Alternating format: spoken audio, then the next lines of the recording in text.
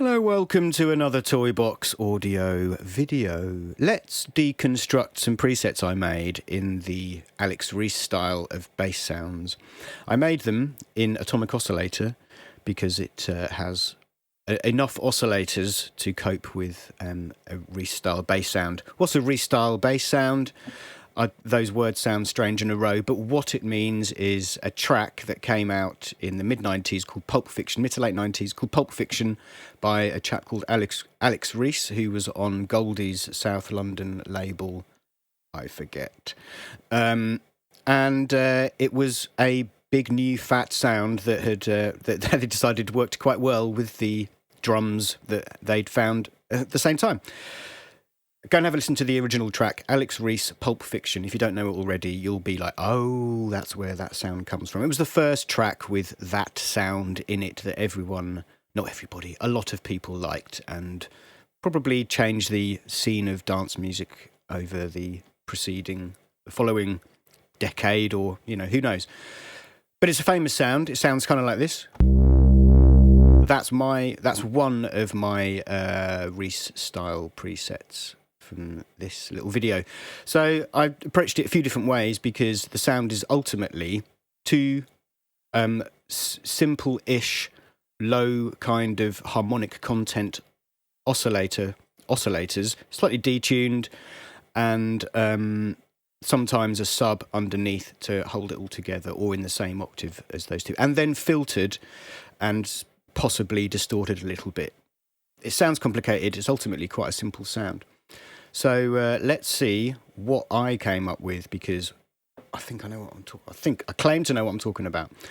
So this is a Reece with Sines. So this is kind of starting from scratch. We've got our atomic oscillator here doing a triangle wave, and as we know, atomic oscillator is an additive synthesizer.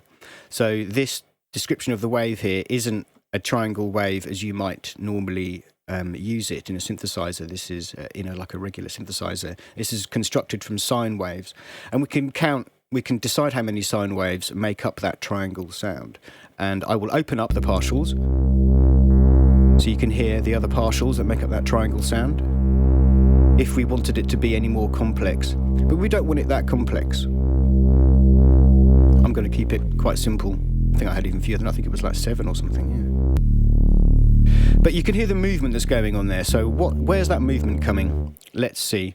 Let me turn off this FM. Now there's a clean tone. No movement. Although if we look at this coarse tuning control, we can see that it's actually pitched up by a third of a semitone. However you might describe that, 0.30 cents or something, 30 cents of a pitch, but it's somewhere between a quarter and a third away from the fundamental. Now, if I turn the FM up, the movement starts happening. Why is that?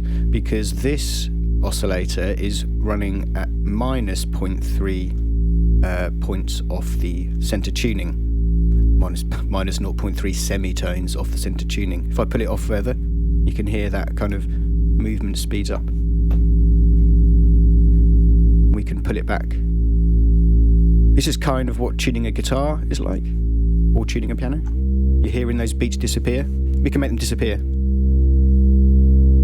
by tuning it to exactly the same. But we don't want that. We want the beats to appear, because what they do is add movement into the sound. And if the lower pitch you play, that movement becomes slower. So if we go super high, you can hear all that. You know what I'm talking about. Each octave, that speed of the beats doubles.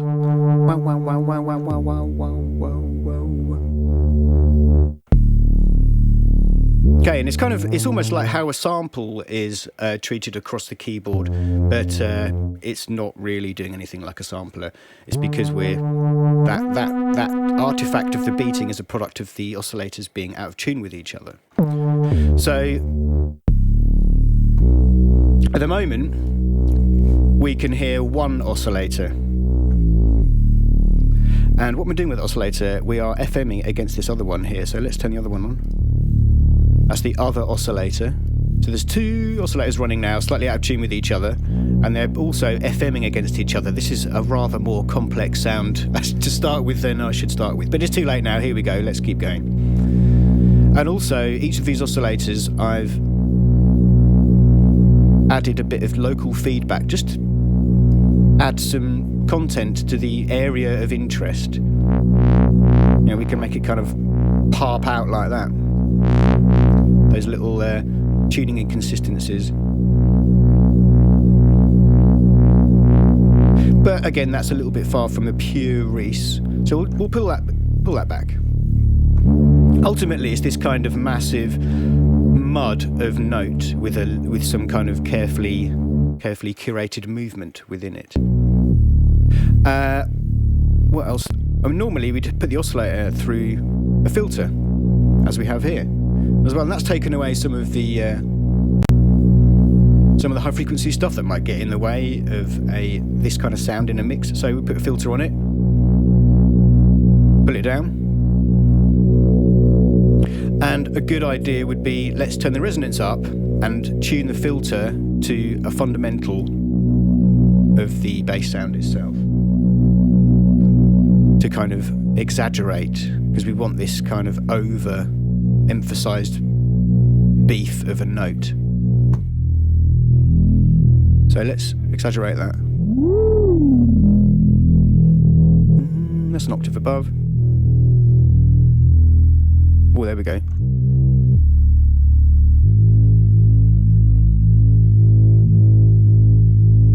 It's kind of getting beefy around there, isn't it? But also, it gets distorted a touch as well. So add a little bit of, and then we can sort of highlight the distortion algorithm will kind of bring out the discontinuities, the differences between the two oscillators that are running and the kind of harmonic stuff that they create as they interfere with each other. The distortion will kind of bring that out a little bit. Also, something's going to FM. Let's have a look what's going to FM. It is, as we follow the cable back here, oscillator 1. So we are FMing the signal. Let's have a look. I think that's going to be similar kind of thing. So yeah, all of these little tricks just kind of exaggerate the discontinuities in the differences between the two oscillators. And you can see this is like, oh yeah, there's the sound of FM. But just little touching it, a little sousson.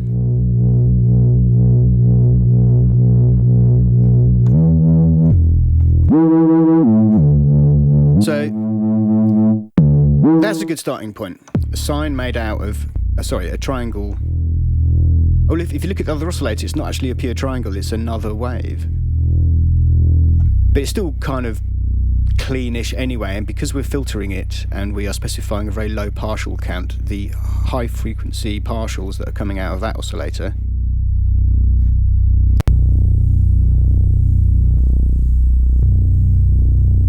which aren't that many because it's quite a simple wave anyway, aren't really affecting the end result. Oh, that's low. Anyway, that's Sines Reece 1. So let's go to what I've called Reece. So a pure triangle Reece bass. So there we go. So what we can see down here sounds different again, as you'd expect. It's a different preset. What we've got here is the triangle waves. Again, a very low partial count. It looks like it's like 2 or 3 or something. We have the atomic oscillator set up here to create some partials, and all those partials will be triangles. So we know that we usually are going to get a bass partial. We'll get the fundamental, and like most rich harmonic sounds have the first 2 or 3 partials there.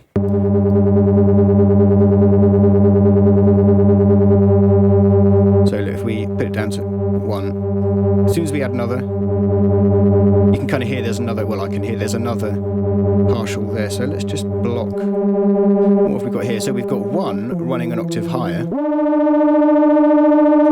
And oh, look at this. This is the interesting part. So what we've done here is, if you listen to the... So that's the way the triangle waves are distributed based on this additive waveform. They seem to be octaves, and yeah, they're quite far away. But we can use this spread function to just be like, ignore that, ignore the partial distribution, and just pull them all together. And that creates, sort of, if you put it at -100, all the partials are the same note, the same kind of mapped partial. But if we pull it up, we can create discontinuities. Obviously, the further away we put the other partials that are sitting on top of this, the more beats and the more kind of detunedness it sounds. But we only want it to be... Let's turn off the filter.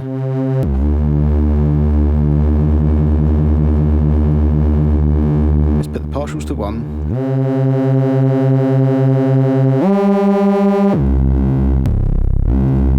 And what happens if we just turn the filter on with that?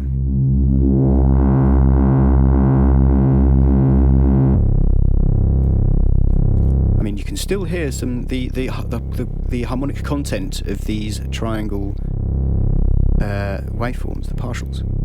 So we can cut them out with that. But also, we've only got one oscillator running, so where's the detuning coming from? From this slight spreading of the two partials. So we've got the one partial at the bottom we've specified and one other. And they're detuned, so it sounds like it's detuned.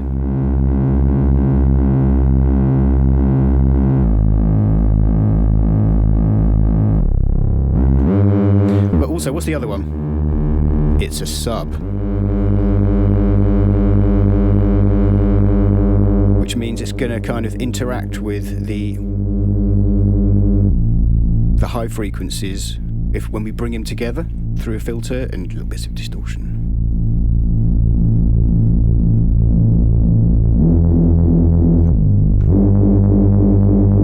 I've got a drum thing here, let's see if that works. Ooh, not from there.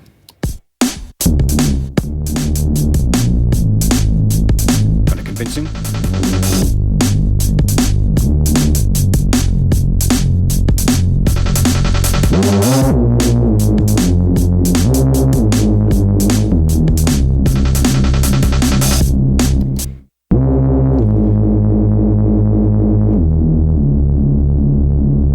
So yeah, the further we increase that spread, the more detuned the oscillators become.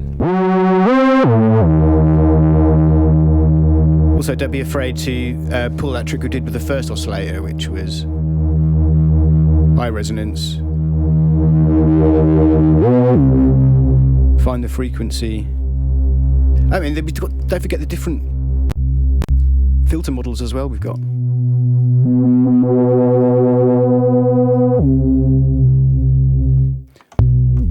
Let's go down an octave.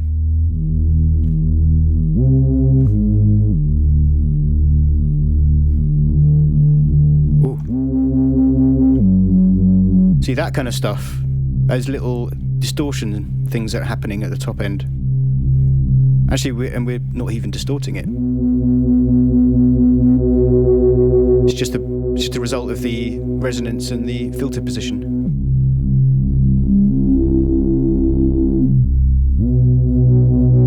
And don't forget to distort it.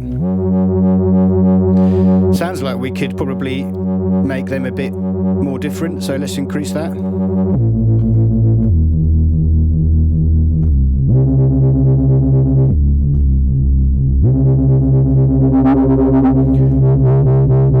There we go.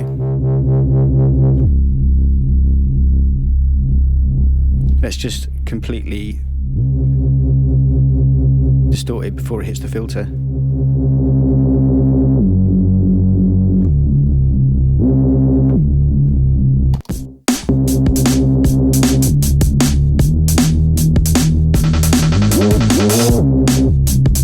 Anyway, that's my Reece. That seems to work quite well. There's a few. Don't forget you can pull these tricks yourself in your own version. I love this spread trick. It's great for like 72 oscillators all playing the same note. Okay, let's go to what I've called one oscillator saw Reece, one saw. And turn it on. Sounds like the last one, but it probably isn't, because what we've got over here are a load of really loud saws. So let's just turn those saws down. And what have we got here? So let's just have a look at this noise here. So we've got, okay, we can look at the cabling and see that we're only using one oscillator. It's going out of there into the filter and also into the FM. So if we fancy it, we can have a little bit of extra fun. But without any filter, we've got that. And because the partials are set to saw waves, it's super bright. So we've basically got a saw wave creating saw waves, creating a saw wave being created from saw waves. But because the partial count is so low, we don't want 400 partials, we only need 2. And look here, we've got the spread running a little bit as well. And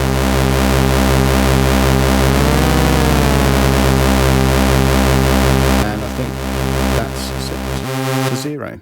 I believe all they would be 0 as well then. So how come the sound is like that? Well, because we are filtering it. And let me just turn it up a bit. You can hear, because we've got this spread, we're only listening to one oscillator here, but because it's got 2 saws in it and they've been slightly spread, we're instantly creating that movement that you can hear. Wow, wow, wow, wow, wow.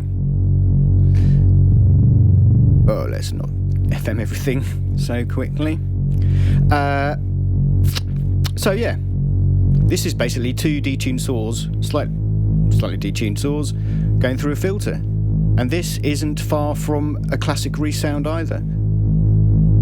Don't be afraid to think it's more complicated, because it's not any more complicated than this.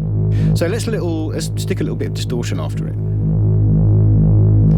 Actually, what I'm going to do, I kind of want to highly resonate. Let's just have a listen to this.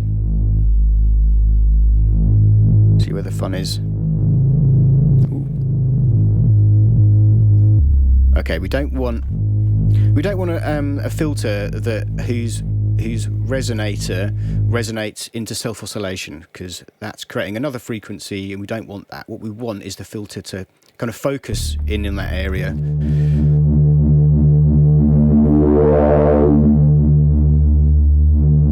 And actually, let's make it thinner. Yeah, we want it as steep as possible. Oh, there we go. If that isn't a bass, Reece bass, I still don't know how to say it, then I don't know what is. Does it work with the drums?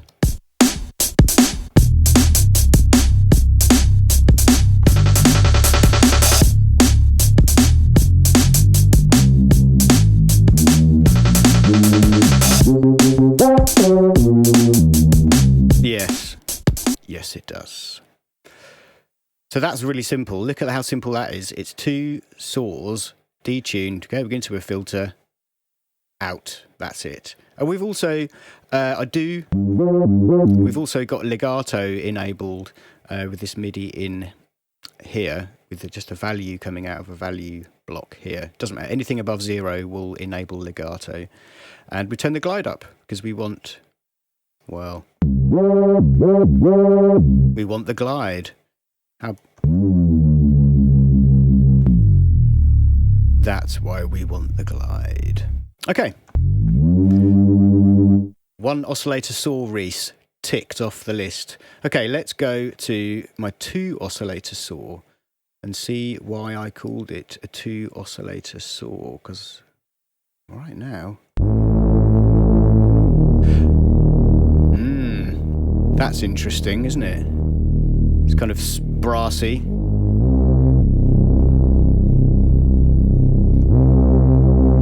Okay, so what is it? What's going on here? Let's just break this down into... So there's oscillator 1. Oscillator 1 is... Oh, look, we're shifting everything down to -11. Let's see what... If we put it back to 0 again.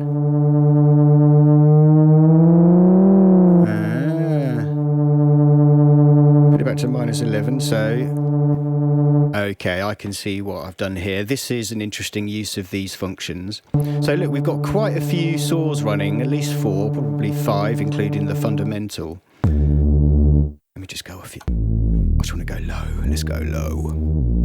And I've increased the spread a little bit to detune those two voices kind of outside. So the fundamental, the root partial doesn't move, but I'm stretching out the other partials above it to occupy a higher, a larger frequency range. And that's what the spread's doing. And then I'm pulling it all back down again so that the detuned waves are sitting either side of the center frequency. Because this, if I put that to 0, then the center frequency is fundamental 1, and all the other frequencies are going in the kind of away, and I want them to be related. I want them to be either side of the root note, not kind of all above, because that will change the sense of how that note has a center tuning. The center will feel different. It will feel above where it actually is. So, as you can hear, I mean, it's subtle, but that's why they've been set up like that, to spread the waves, to spread the partials out a little bit, and then to pull them all back down again to compensate for the kind of wonkiness of the spread, because the spread isn't bipolar. It's kind of up from the bass partial. I hope that made sense. Okay, so we've got a saw wave here. Let's just take the filter off again and hear how bright this will be. Oh, it's a bright one. So, more partials, please. No, let's keep it at 4. So, can we do any fun stuff here that's going to change the sound? Not really. Let's just put the filter back on again and then look at what Oscillator 2 is doing. Sounds like it's being quite subby, does it not? Actually, what's happened is this is the root frequency and Oscillator 1 has been pitched up 12 semitones. These things are all, these kinds of observations are useful for you to make a note of the sound itself as you're making them. So that's the sub, and there's the top. There's the top fun stuff. Oof.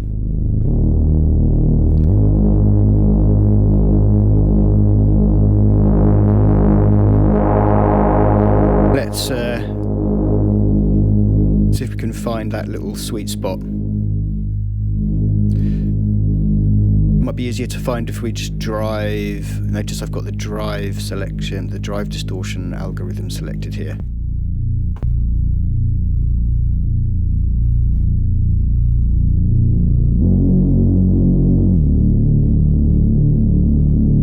So I'm just going to up the res a little bit.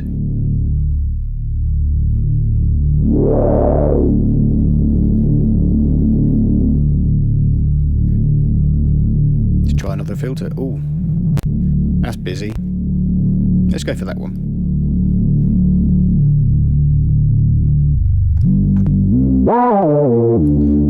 It sounds like that is resonating. As I said earlier, you shouldn't really go for filters that instantly self-oscillate, because that self-oscillation is just going to muddy up the sound you're going for, which should be kind of smooth. All you really want the resonant area of this filter to be doing is to just kind of exaggerating the kind of movements that we're creating with the detunedness of all the waves. So kind of like that, you can hear.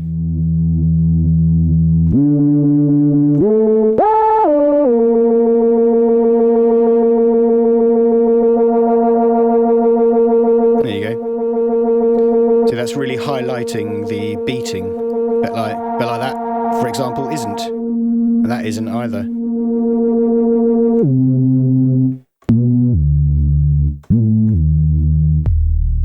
Oh, just down there. That's the way, isn't it? That's the way. This is distorting before the filter. Let's just distort it after the filter.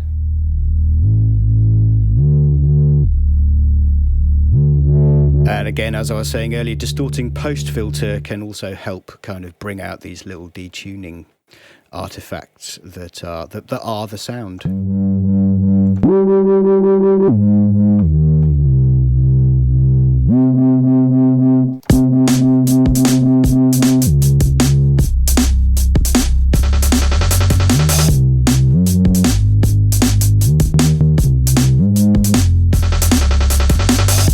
There we go. Let's play some bass. And let's have a look at the last preset I made called, interestingly, 20 Sines. What the hell's this going to do? Let's have a listen. Sounds familiar. Sounds like a Reece bass. Remember that? All that kind of detunedness moving.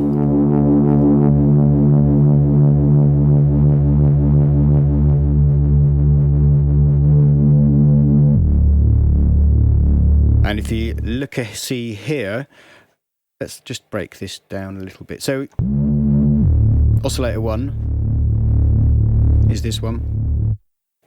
And it is constructing the shape of a saw wave with sine waves. Which is kind of, what you'd expect a additive synthesizer to do. How many partials? We've got all the partials there. I'll tell you what, let's just take the filter off and see what. There's a lot of content there.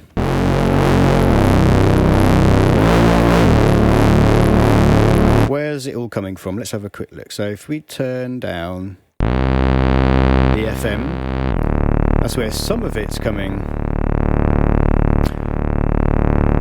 I also have a modulation effect on this, which is making it slightly wider. Just that's all you can hear. That's part of the, again, this is a thing, because it's kind of got movement within it, it may help add to the perceived movement of the Reece bass sound that you're making anyway. So don't be afraid to stick small amounts of modulation effect after the sound. So,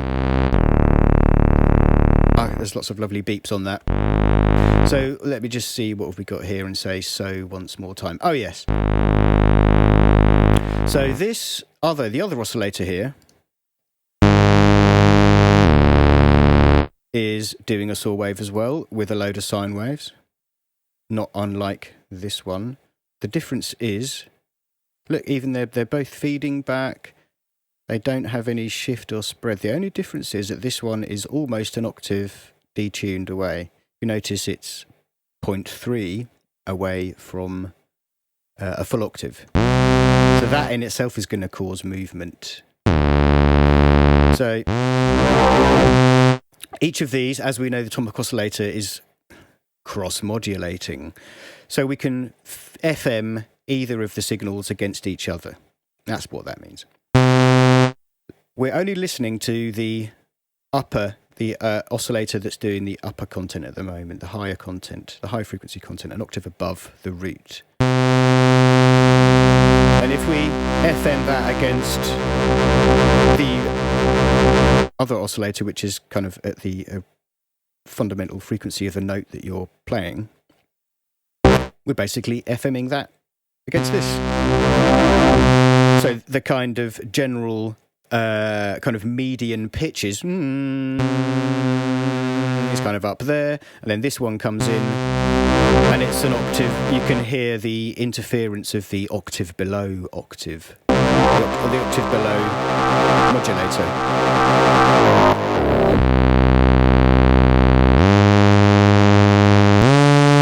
And okay, let me just turn off. Now you can hear there's absolutely no movement whatsoever. As soon as we introduce the other oscillator, oh, listen to that. Oh. Lovely. I was getting distracted because of FM. You can hear the beating now of this oscillator because even though we can't actually hear it, that's what it sounds like, but we can't hear it because we've only got Oscillator 2 enabled through the mixer.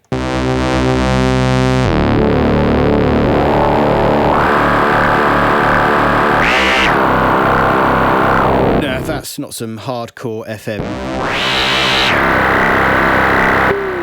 There's a lot of oscillators there doing that. So we have that on relatively low because we don't want it to be super high. Even though we're filtering everything, we don't want it to be super mental high frequency content land. So we just keep it stable-ish down here. And let's have a listen to the other one. And that's also FMing against the other oscillator. So there's movement there.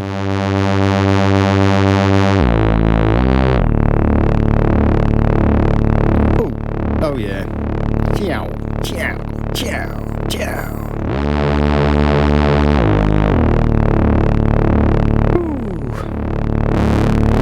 And there's obviously certain depths we can achieve with that probably won't work that well with this kind of filter after it. We could just have a listen. Yeah, as soon as we start going too far with these self-cross-modulating FM functions, you lose the kind of pulsing because there's so many. It's become a really complex sound. And the more complex the sound is, the less clear these detuning beats will be heard. As you can hear, they just sort of disappear. Oh, that's a nice clean thing. And also, I think I did this earlier, but never forget to just try a bit of FM on the filter, because it will behave in ways that you could not predict, and little bits will pop out in ways that you couldn't possibly have predicted. I think I just said that. Maybe I was predicting myself saying that. But can I just do this for a second without anyone complaining? Oh, yes. Well, I'm going to anyway. Here it is.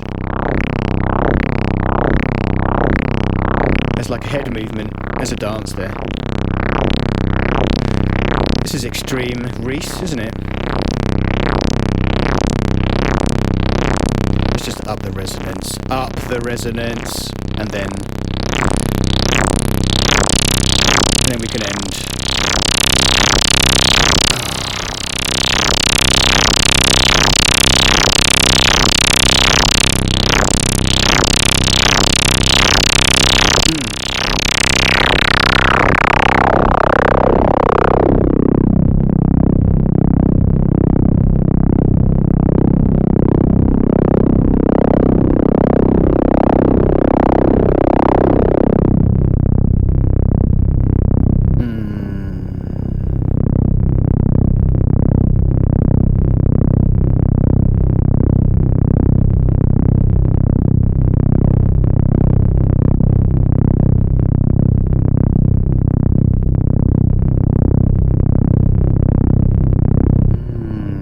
Very nice.